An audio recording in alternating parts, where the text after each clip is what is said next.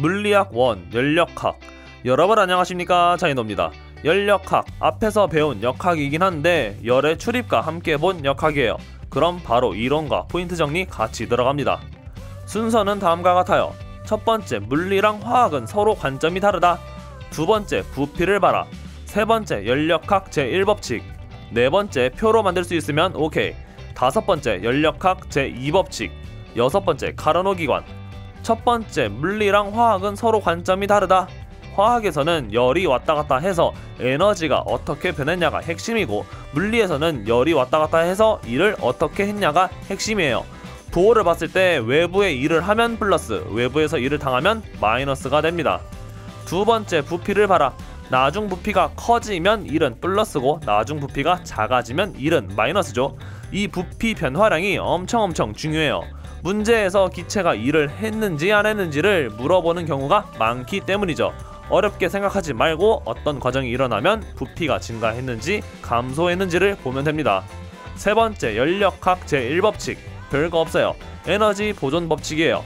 식으로 세워서 보면은 내부 에너지 변화량은 10 빼기 1입니다. 우리 일과 에너지 파트에서 총 역학적 에너지는 포텐셜 에너지 플러스 운동 에너지라고 했죠. 비슷한 느낌이에요. 열을 받으면 해준 일을 뺀 만큼 내부 에너지, 즉 온도가 변화한다는 거죠. 자, 그럼 이제 역학적 에너지 파트처럼 내부 에너지랑 열과 일이 막 변할 거라는 예상이 될 겁니다. 어떻게 변화하냐면, 첫 번째, 등압, 압력이 일정한 과정. 두 번째, 등적, 부피가 일정, 일 변화가 없는 과정. 세 번째, 등온, 온도가 일정한 내부 에너지 변화가 없는 과정. 네 번째, 단열, 열 변화가 없는 과정으로 변합니다.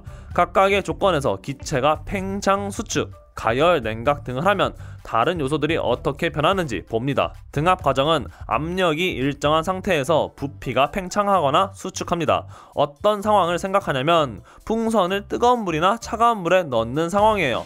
뜨거운 물에 넣으면 풍선은 더 커지고 차가운 물에 넣으면 풍선이 쪼그라들죠. 네, 비슷합니다. 기체가 열을 받으면 외부에 일을 하고 남은 에너지는 온도를 올리는 데 쓰죠.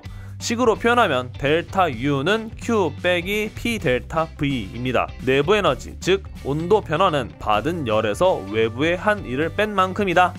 수축은 그 반대가 되겠네요. 열을 뺏긴 만큼 온도가 떨어지는 게 아니라 일을 받았기 때문에 어느 정도 보완을 해주네요. 이번에는 등적 과정을 볼게요.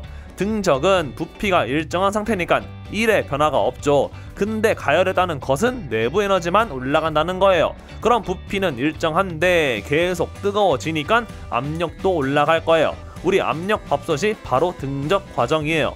등온 과정도 볼게요. 온도가 일정한 상태에서 부피가 변한 거예요. 등온 수축에서는 온도가 일정한 상태로 부피가 줄어들었어요. 내부 에너지 변화량은 없는데 수축을 했다는 건 물리적인 힘이 가해졌다는 거고, 압력을 세게 가해졌다는 거겠죠? 다시 정리해 볼게요. 압력이 올라가면서 부피가 줄어들어요. 그럼 막 내부 에너지는 뜨거울 것 같은데 등온이라면서요. 네, 열로 방출 중이에요. 반대로 열을 받으면 기체는 팽창하면서 외부에 일을 한다는 거죠. 단열 과정은 열을 차단한 과정이에요. 열 변화가 없는데 팽창을 했다? 그럼 외부에 일을 했다는 건데 에너지 누구 거를 받아서 일을 했을까요? 단열이니까 외부에서 받은 에너지가 아니에요. 기체가 가지고 있던 내부 에너지를 일로 전환한 거죠. 그래서 단열 팽창하면 온도가 떨어져요. 단열 수축을 하면은 온도는 올라가죠. 지금까지 한 내용을 네 번째, 표로 정리합니다. 등압, 팽창, 수축, 등적, 가열, 냉각, 등온, 팽창, 수축, 단열, 팽창, 수축, 압력, 부피, 온도, 내부 에너지, 열, 일. 이렇게 정리해서 만들고 스스로 채워보세요. 그럼 열역학 제1법칙 개념은 끝이에요. 다섯 번째, 열역학 제2법칙. 비가역의 현상은 무질서도가 증가되는 방향이다. 즉, 엔트로피가 커지는 방향을 좋아해요. 무질서도를 과학자처럼 엔트로피라고 해봅니다. 이 열역학 제2법칙을 다른 표현을 같이 알아야 되는데, 첫 번째, 자연현상은 질서에서 무질서 방향으로 일어나려고 한다. 두 번째, 열은 온도가 높은 곳에서 낮은 곳으로 이동한다. 세 번째, 분자가 아무리 날뛴다 한들 부피가 저절로 막 커지고 그러진 않는다. 즉, 압력이든 내부 에너지든 외부에서 열을 받았든 뭐가 변했다. 네 번째, 열효율 100% 열기관은 절대 존재하지 못한다. 이렇게 표현할 수가 있어요.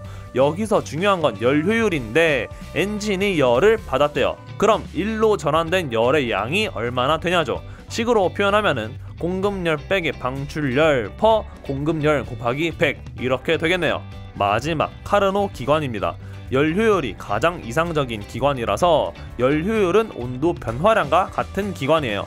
중요한 건 순서인데 등온 팽창, 단열 팽창, 등온 압축, 단열 압축 순서로 순환해요.